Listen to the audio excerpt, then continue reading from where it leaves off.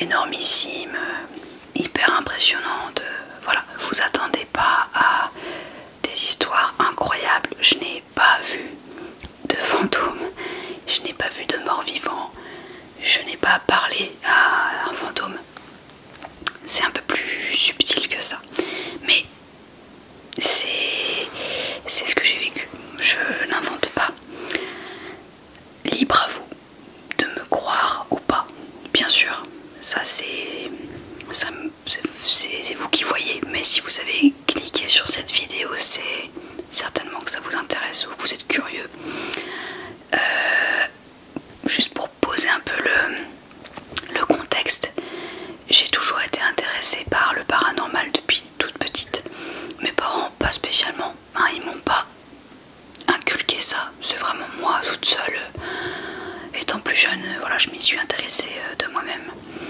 Un de mes livres préférés quand j'étais très petite, très jeune, c'était les plus grands mystères du monde, ou les plus grandes histoires paranormales du monde. Je me rappelle plus du titre, mais c'était un gros Larousse de 500 pages qui recensait toutes les histoires un peu paranormales, un peu étranges, tout, absolument tout ce qui a pu se passer depuis la préhistoire jusqu'à...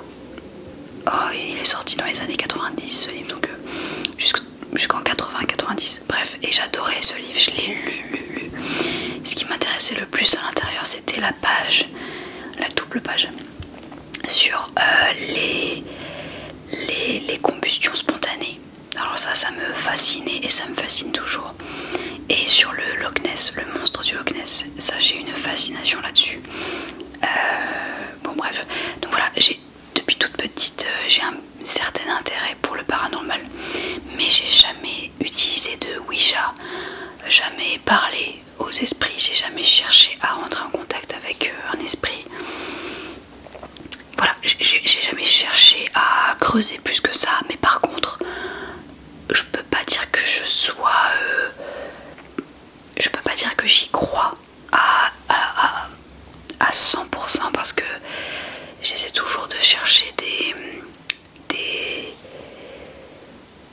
explications logiques et un peu pragmatiques, mais vu ce que j'ai vécu, je peux pas dire que je n'y crois pas non plus. Donc je vais vous raconter quelques petites choses, il n'y a pas 45 histoires non plus, c'est des petites choses qui me sont arrivées, mais qui sont quand même assez troublantes, je dirais. Vous me direz dans les commentaires si ça fait écho à des choses que vous avez vécues vous-même, si vous trouvez ça flippant ou pas tant, ou si vous avez peut-être une explication logique à ça. Bon, première chose que je voulais vous raconter, c'est pas vraiment raconter, c'est un fait qui m'arrive régulièrement. En fait, comme vous le savez peut-être, je suis infirmière, et dans mon métier, on est amené à voir des gens décédés. Bon.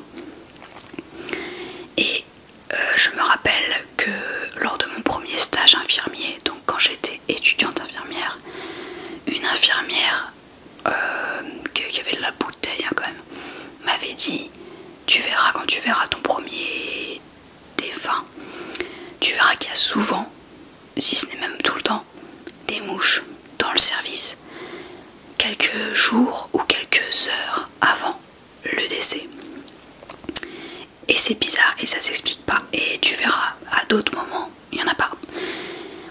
Et moi je la croyais pas spécialement, sauf que, eh bien c'est vrai, vraiment je peux pas le dire autrement, c'est vrai. Il faut savoir que dans tous les services que j'ai fait, dans tous les hôpitaux dans lesquels je suis allée, il n'y a pas toujours la possibilité d'ouvrir les fenêtres. Souvent c'est des fenêtres avec des ouvertures, voilà, elles s'entrebâillent, elles s'entrouvent un tout petit peu. C'est des fenêtres anti SUICIDE. J'ai peur de ne pas pouvoir dire ce mot. Voilà, des fenêtres pour pas qu'on se jette par terre et au sol, qu'on se jette par la fenêtre. Donc c'est des fenêtres qu'on peut pas beaucoup ouvrir, il y a des sécurités, et souvent elles restent fermées. On évite de laisser rentrer de l'air et donc potentiellement des microbes,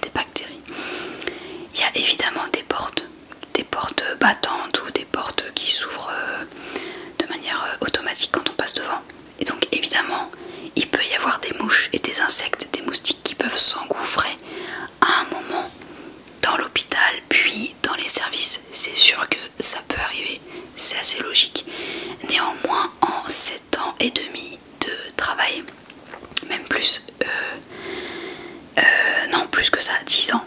10 ans depuis que je suis étudiante. J'ai presque jamais vu de moustique à l'hôpital. J'ai vu aucun autre insecte. J'ai vu une fois une sauterelle. Une seule fois en 10 ans. Coccinelle, tout ça, jamais. Et des mouches. Des grosses mouches. Des mouches de la campagne. Je n'en ai jamais vu, à part quand il y avait un décès. Et c'est quand même étrange. C'est assez systématique. Et c'est quelque chose qui plane un peu dans tous les services, dans tous les hôpitaux. Et on le sait tous, sans avoir besoin de se le dire, c'est drôle, mais dès que, avec une collègue, on marche dans un couloir et qu'on voit une mouche tourner autour de nous, on se regarde et on sait ce que ça veut dire. Et du coup, on se prépare et on s'attend au pire. Et ça arrive toujours. Il y a toujours un décès quelques heures après, la nuit qui arrive, le lendemain matin. Et parfois des décès pas du tout attendus. Donc c'est un peu étonnant.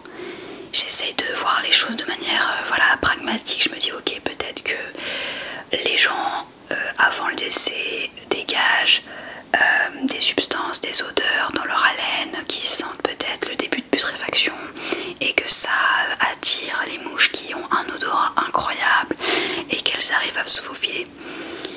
J'essaye de trouver des explications logiques à ça. Je suis pas certaine de ce que j'avance, mais encore c'était quand? Il y a un mois. Il y a un mois de ça, il y a eu un décès qui était attendu, c'est vrai, mais en fait on ne savait évidemment pas, c'est débile ce que je dis, mais on ne sait pas quand les gens vont décéder, même si on dit que c'est attendu, parce que l'état de la personne se dégrade et qu'on sait très bien quelle va être la finalité. On ne sait jamais quel jour, à quelle heure, à quelle minute ça va être. Évidemment, c'est toujours, c'est la vie, c'est le destin, on ne sait pas. Sauf que j'étais en train de travailler dans mon dernier service et d'un coup, j'étais sur mon poste de soins avec mon ordinateur et tout, et d'un coup j'ai vu une grosse mouche se poser sur le Dynamap. Le Dynamap, c'est le nom du gros appareil pour prendre la tension. Une grosse mouche s'est posée sur le Dynamap qui était à côté de moi. Et je me suis dit, oh, ouah, ok. Et bon, vous me croirez sûrement pas, mais 2 heures plus tard, mon patient était décédé. C'est quand même étrange. Pourquoi il y a toujours cette malédiction de la grosse mouche? C'est vraiment des grosses mouches bleues ou noires, là, vraiment grosses. Pas des petites mouches vite fait comme chez nous. Pourquoi il y a toujours cette malédiction de la mouche quelques heures, une journée maximum, avant le décès d'un patient? Ça, c'est un truc que j'aimerais... c'est un mystère que j'aimerais résoudre. Voilà, donc c'est la première chose. Je peux pas dire que ce soit paranormal, mais c'est un truc qui me fait bizarre à chaque fois. Bon, celles et ceux qui travaillent dans le milieu hospitalier, dites-moi si vous l'avez remarqué, dites-moi si je suis la seule folle à le voir. Mais c'est véridique, j'ai pris en photo et j'ai filmé la dite mouche. Je pourrais vous l'incruster ici, pas la vidéo mais la photo de la mouche. Évidemment ça ne va pas vous parler parce que ça ne veut pas dire que quelqu'un est décédé juste après. Ça je peux pas vous le...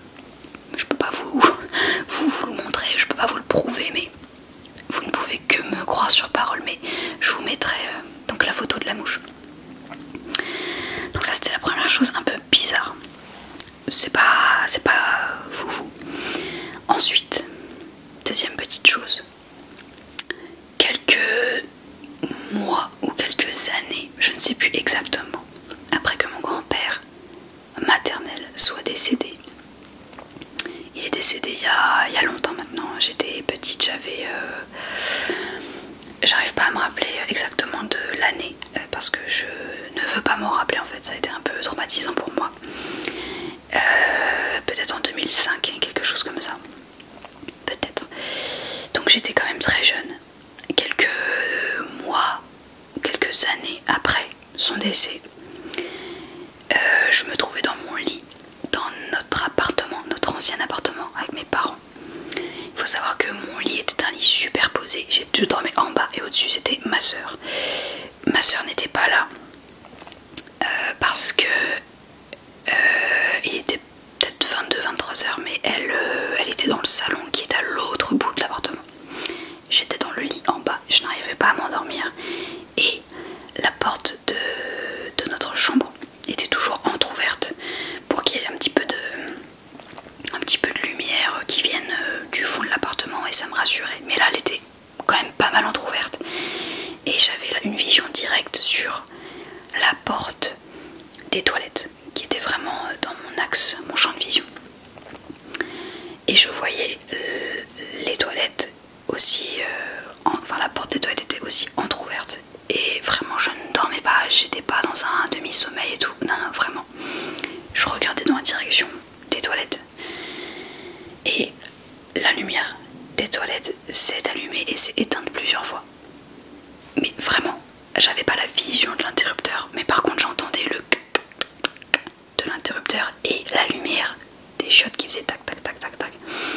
C'était pas ma soeur, c'était pas du tout mes parents, parce que j'avais aussi une vision presque directe sur leur chambre à eux, donc je les aurais vus y aller, je les aurais entendus, j'étais à 2 mètres. Et vraiment, mais je vous assure, personne n'était passé, personne. Et ça s'est fait alors que je regardais dans le vague, je pensais à ma vie quoi. Et cette lumière, alors mon père quand je lui ai raconté, il m'a dit ouais mais c'est peut-être l'interrupteur qui a déconné, les plombs qui ont sauté. Mais en fait non, parce que la lumière que je voyais du fond de l'appartement, qui venait du salon, là où était ma soeur, la lumière du salon ne s'était pas éteinte du tout, elle n'avait pas fait de va-et-vient. C'était que la lumière des toilettes. Et vraiment ça l'a fait, je sais pas, 3-4 fois, tac tac tac tac tac, on off, on off, on off. Et je sais pas, sur le coup, vu que j'étais un peu encore traumatisée par le décès de mon grand-père et tout, c'était pas longtemps après, je pense que c'était pas quelques années après, c'était peut-être quelques semaines ou quelques mois après. J'étais encore un peu dans tout ça. Peut-être que j'y pensais même à ce moment-là, ça j'arrive pas à me rappeler, mais je l'ai pris pour un signe. Je l'ai pris pour, voilà, c'est mon grand-père qui me parle et qui me fait comprendre qu'il est là et que ça va, peut-être. Bon, je dis ça pour me rassurer, hein.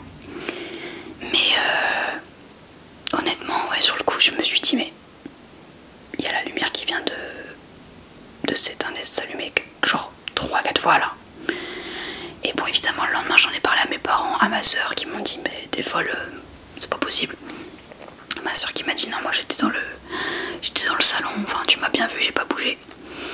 Mes parents, pareil, ils étaient dans la chambre, ils ont pas bougé. Et il y a personne d'autre dans l'appartement, on n'avait pas d'animaux,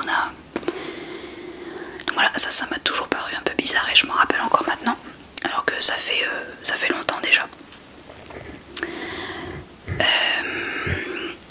Donc ça c'était mon histoire numéro 2. Sinon, quelque chose que j'ai vécu plusieurs fois étant petite, pareil, c'était à peu près dans ces années-là. Je l'ai pas refait depuis. Attendez, la dernière fois, c'était je crois que c'était en 2009. Il me semble que c'était en 2009. Attendez, 2012, j'ai passé mon bac. Je crois que c'est en 2009, l'été 2009, dernière fois que je l'ai fait. Je peux pas vous expliquer pourquoi, comment, mais étant plus jeune, lorsque j'étais dans ma chambre, dans mon lit, et que je m'apprêtais à m'endormir, vous savez cet état conscient, inconscient, on sent qu'on sombre lentement dans le sommeil, mais qu'on est encore là et qu'on entend encore les bruits autour. Vous voyez un peu cet état de conscience. Plusieurs fois, étant plus jeune, j'ai senti que je me décorporais. Alors sur le coup, je n'avais pas ce terme-là, je ne savais pas ce qui m'arrivait, je pouvais pas vous dire je me décorpore. C'est des années après que j'ai appris que ce mot existait et que ce concept était connu. Sur le coup, vraiment, je ne savais pas l'expliquer et je me sentais juste devenir folle. Mais c'est véridique et ça me fait vraiment bizarre d'en parler. Mais je me sentais d'un coup, sans chercher à faire quoi que ce soit, sans le vouloir, je sentais que mon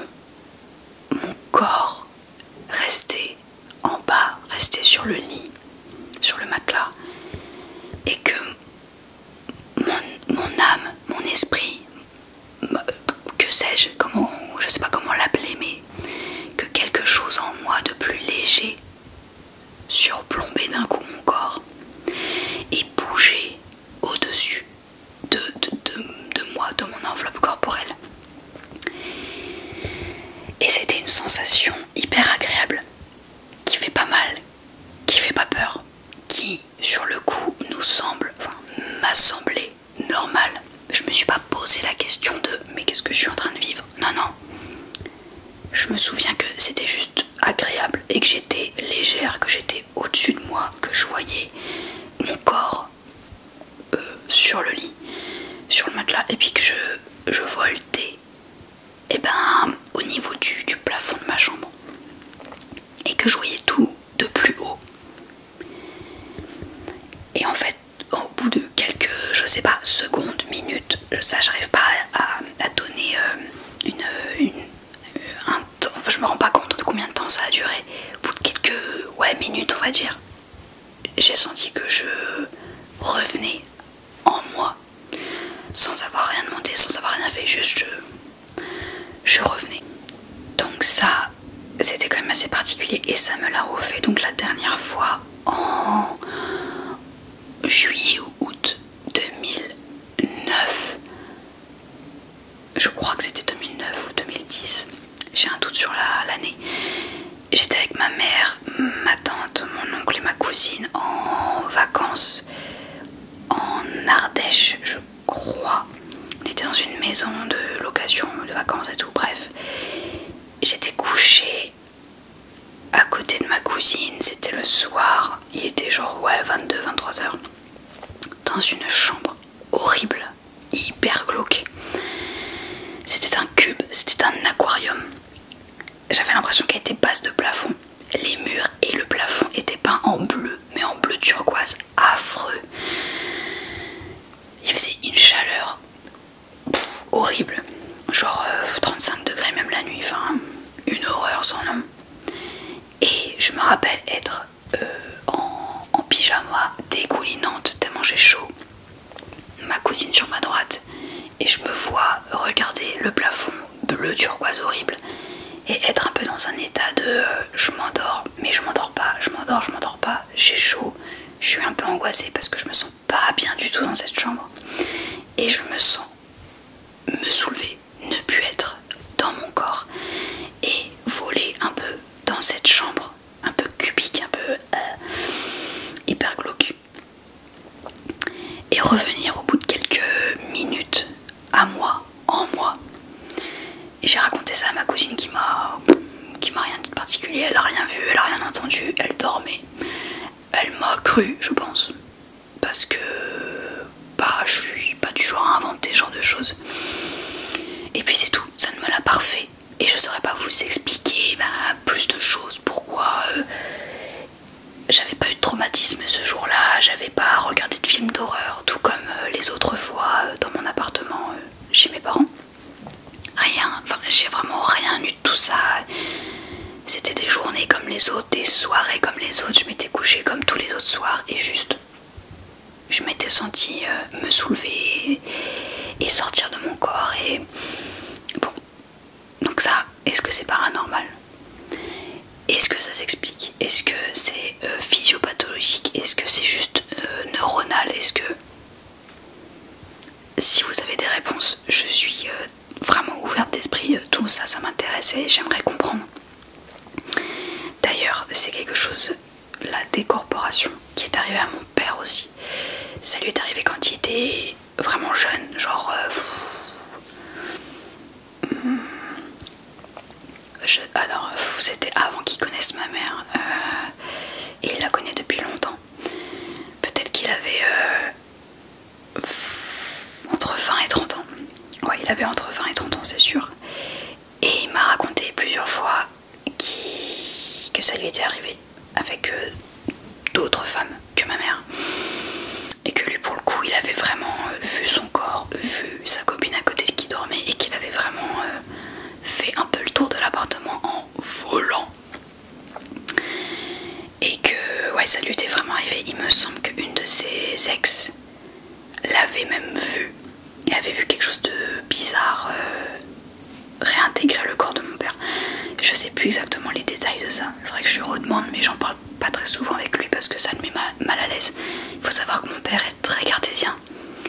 Il a vécu des choses, il a vécu autre chose de beaucoup plus fort, mais j'ai pas vraiment envie d'en parler. assez poignant, assez déstabilisant. Mais donc il a vécu plusieurs choses un peu étranges, alors qu'il est cartésien et qu'il est vraiment pas du genre à croire à ces foutaises. Vraiment pour lui c'est...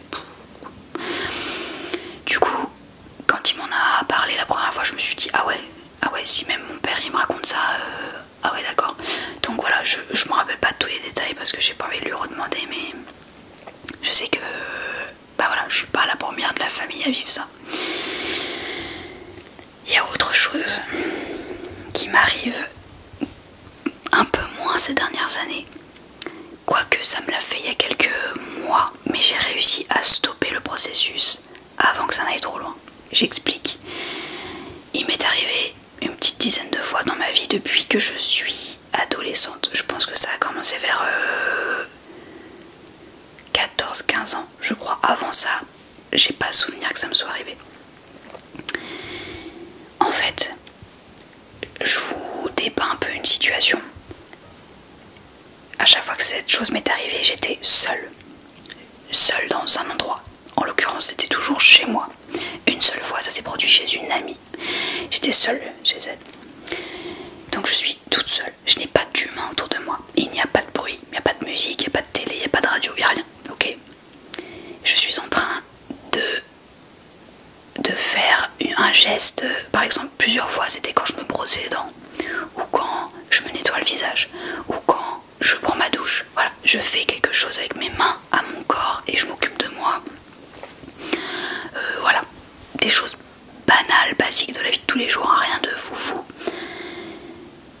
Et en fait, comment vous dire, je sens que d'un coup, dans mon cerveau, j'ai un déclic et je sens que je vrille et je sens que je ne suis plus moi-même.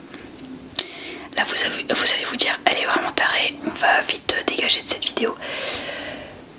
C'est très dur à expliquer. Je sens que je n'arrive plus à contrôler ma pensée et que je ne suis plus maître de mon cerveau et de mes pensées. Vraiment, j'ai un déclic, vraiment, je me sens.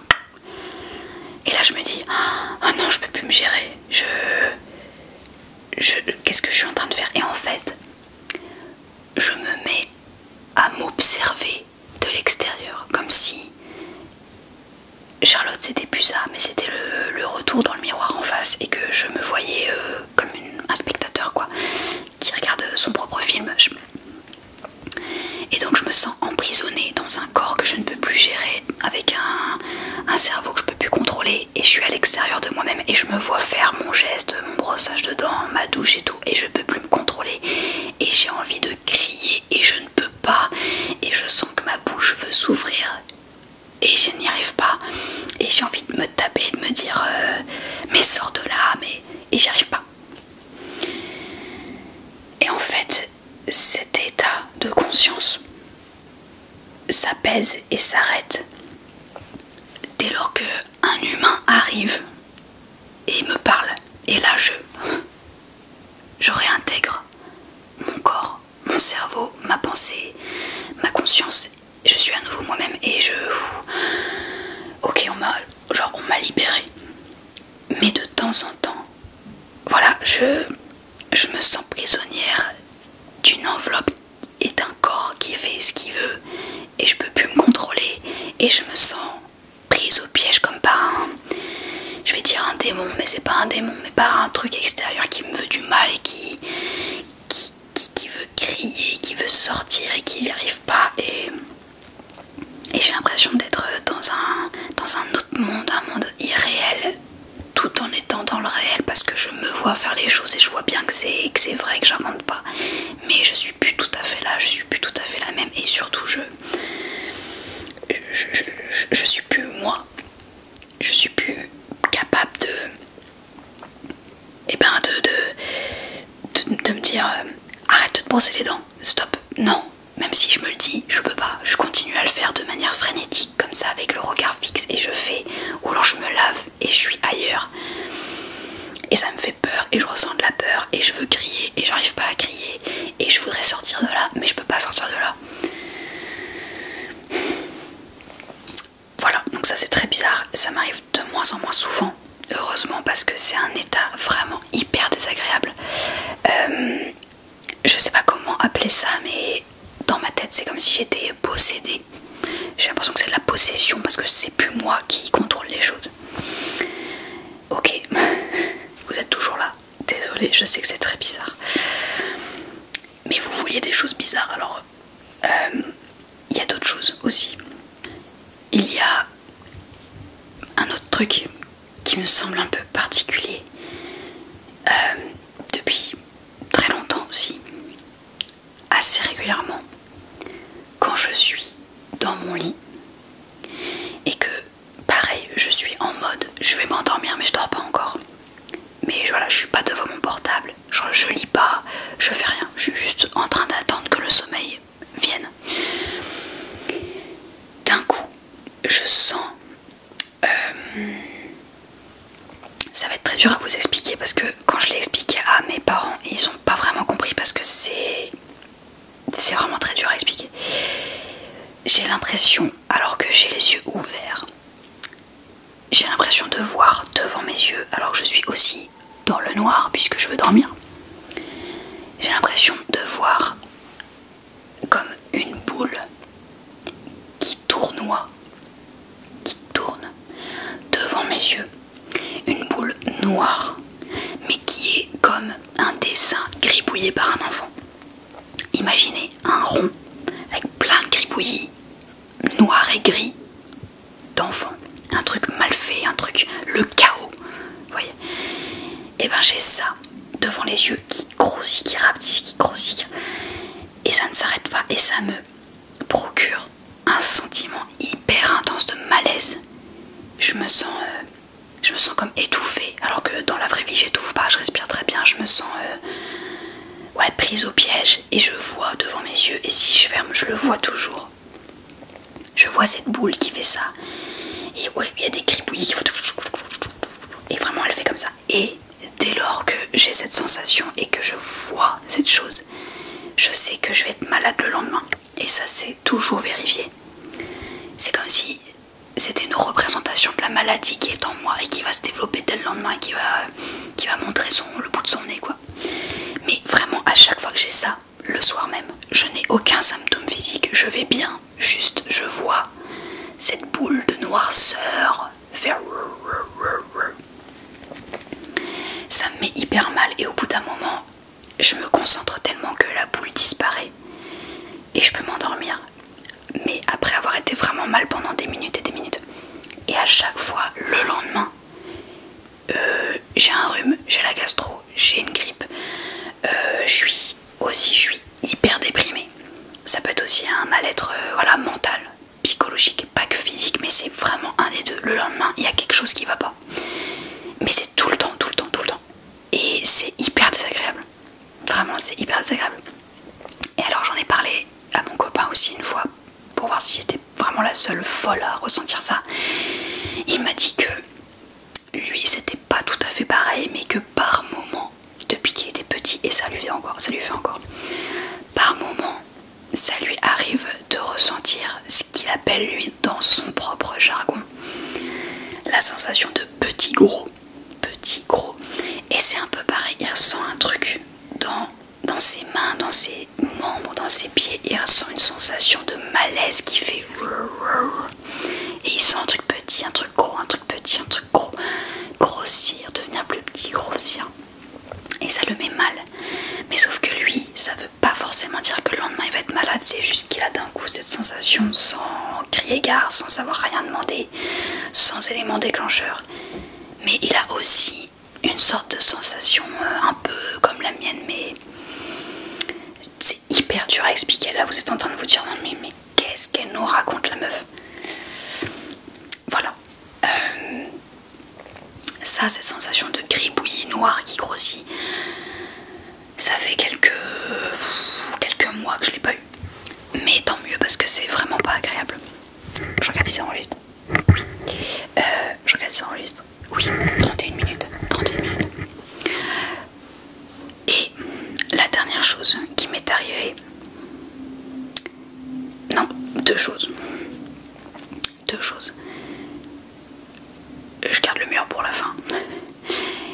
quelques années chez mes parents, ils savaient déjà à ce moment-là, mais ils l'ont toujours. J'étais dans ma chambre, dans une maison mansardée. Et ma chambre était donc au dernier étage avec des combles.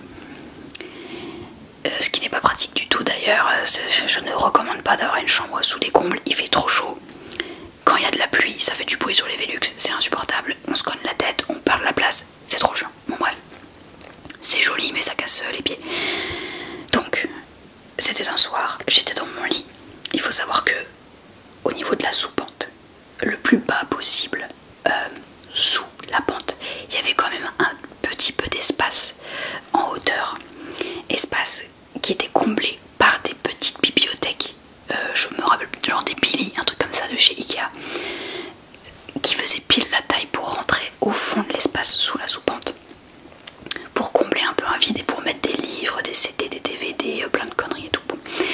Mais derrière ces bibliothèques, il y avait encore un petit espace sous la pente, un espace hyper sombre dans lequel moi je mettais plein d'affaires inutiles à moi, des fringues, des conneries, des bibelots de quand j'étais petite, de la vaisselle de mes parents qu'ils n'utilisent pas, plein de merde quoi. Et c'est donc derrière les bibliothèques, on n'y a pas accès sauf en retirant les bibliothèques. Donc c'est un peu chiant et on n'y touche pas quoi. Et donc j'étais dans mon lit. Face à moi il y avait juste une bibliothèque avec des livres dedans, rien de plus. Sur ma gauche il y avait ces fameuses bibliothèques un peu loin de moi, hein, je pouvais pas les toucher. Sur ma droite, les mêmes bibliothèques avec aussi des livres, etc. Et d'un coup, sur ma gauche, j'ai entendu, je vous jure, j'ai entendu un grincement et un grattement, mais hyper fort. Pas comme du bois qui travaille, parce que je connais les bruits de la maison. J'ai vécu pendant presque 15 ans dans une maison avec du bois, une toiture, j'étais juste sous les combles, donc je connais le bruit du bois qui a chaud, qui travaille, je sais, c'était pas ça. Je sais aussi qu'il peut y avoir des petits animaux, des petits rongeurs, beaucoup d'oiseaux. Les oiseaux qui marchent sur les tuiles, ça fait un bruit particulier, je sais, ce n'était pas ça.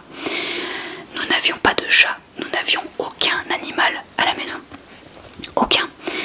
Ma chambre a toujours été très propre parce que je suis maniaque, donc il ne pouvait pas y avoir de saleté accumulée qui aurait pu amener des rats, des souris. Impossible, enfin je veux dire, je vis pas dans un tas de détritus non plus.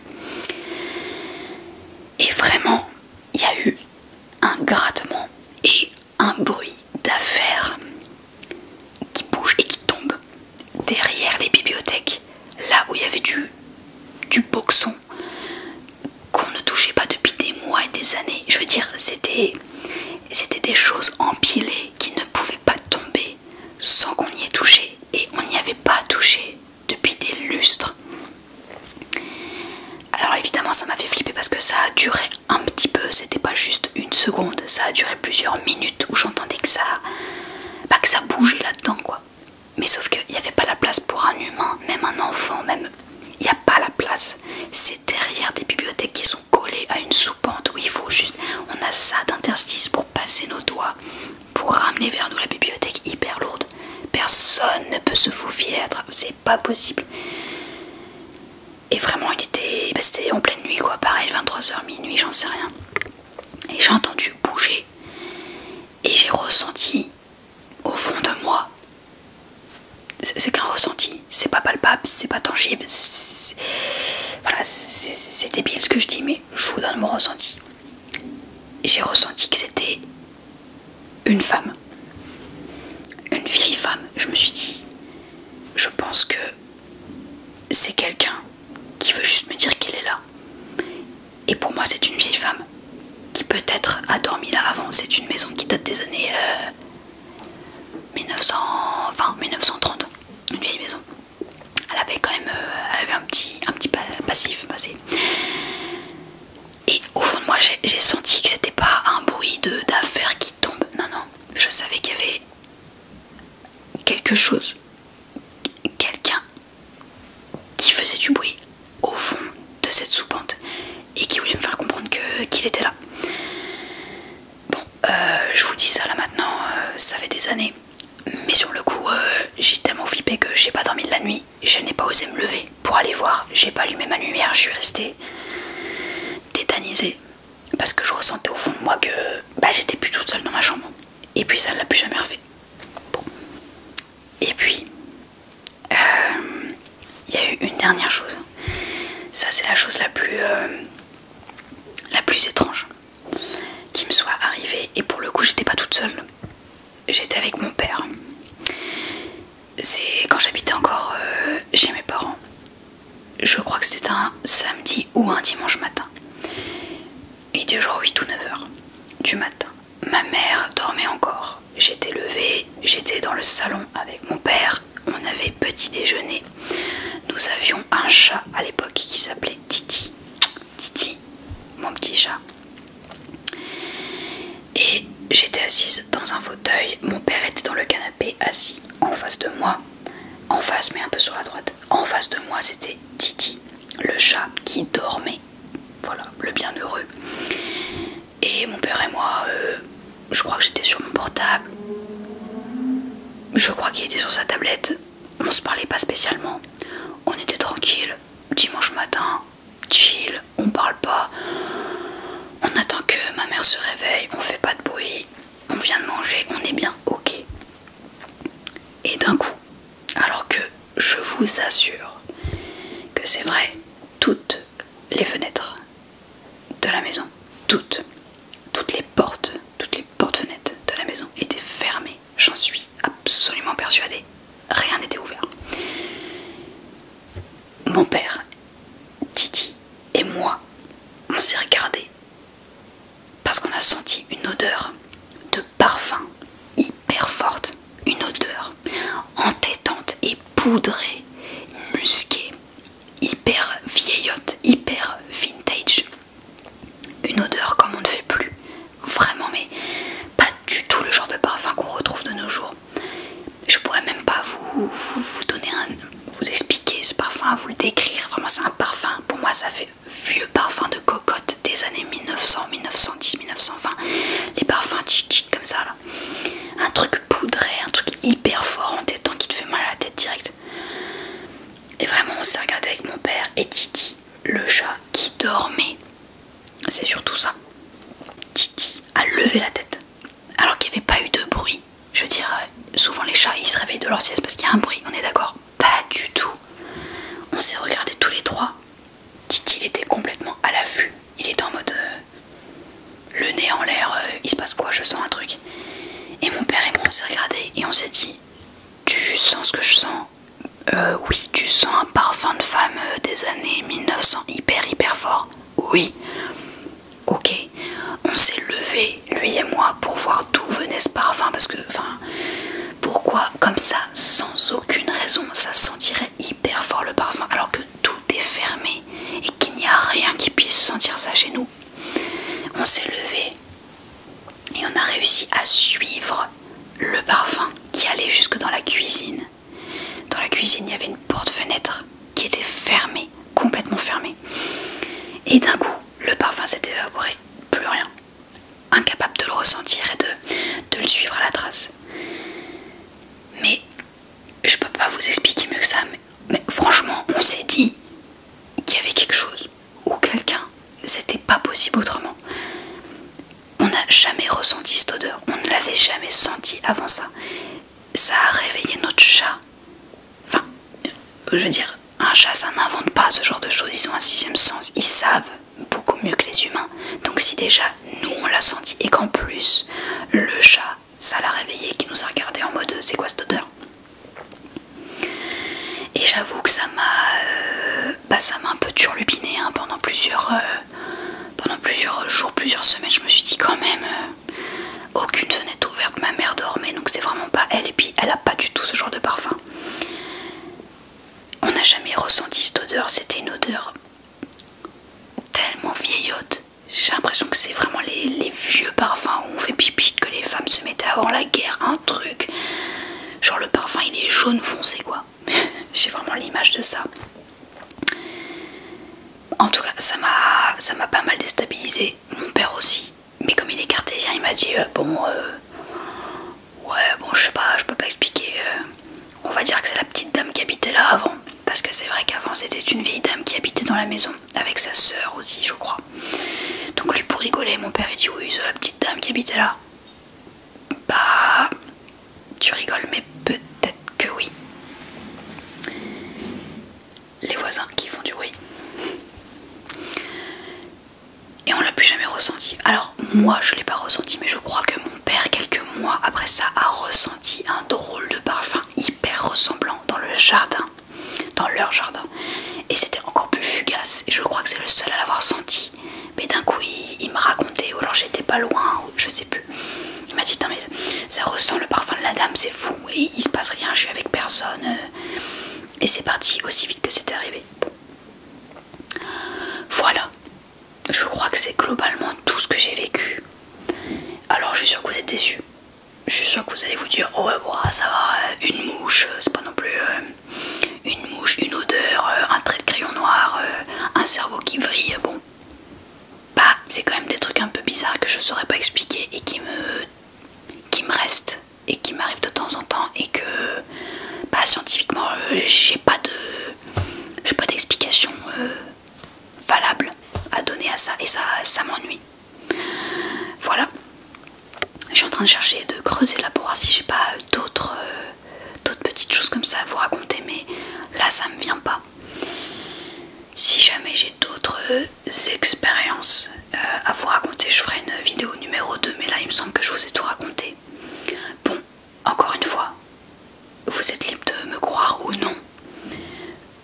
Je pense qu'on voit vite les gens qui sont des charlatans et qui vous racontent des bobards. Moi j'ai beau être intéressée par le paranormal, je vois pas pourquoi je vous raconterai des cracks. Ça m'apporte quoi? Rien. Enfin je veux dire, j'en ai rien à foutre quoi. Ça me rend pas plus heureuse, ça me fait pas gagner d'argent, je vous dis vraiment de la manière la plus fidèle possible ce qui m'est arrivé. Avec mon ressenti d'humaine qui se pose des questions. Je pense que j'ai un côté très ouvert d'esprit, assez dans la spiritualité. Voilà, peut-être que j'ai le cerveau un peu plus ouvert à ça et que ça peut m'aider à comprendre certains signes ou à faire comme si je comprenais certaines choses alors qu'en fait c'est pas du tout ça. Il y a peut-être des biais cognitifs qui font que c'est possible. Je suis vraiment pas fermée à tout ça. Mais je vous dis de manière factuelle ce que j'ai vécu. Donc, libre à vous de penser que je suis une grosse mytho ou pas. Moi, je sais que j'en suis pas une. Mes parents savent que j'en suis pas une. Et ils ont eux-mêmes vécu des choses, donc bah, on se comprend quoi. J'espère que ça vous a plu. J'espère que ça vous a pas fait trop flipper. Je pense pas quand même. N'hésitez pas vous dans les commentaires à me dire si vous avez vécu des choses, même si c'était toutes petites choses de rien du tout. Franchement moi tout m'intéresse, tout est dingue franchement, donc n'hésitez pas à me dire, vraiment ça me botte. Sur ce, j'allais dire, je vous souhaite une bonne détente. Je suis pas sûre que vous soyez détendu après ça, mais bon, peut-être qu'avec un peu de blabla ça peut aider. Je vous dis à bientôt dans une prochaine vidéo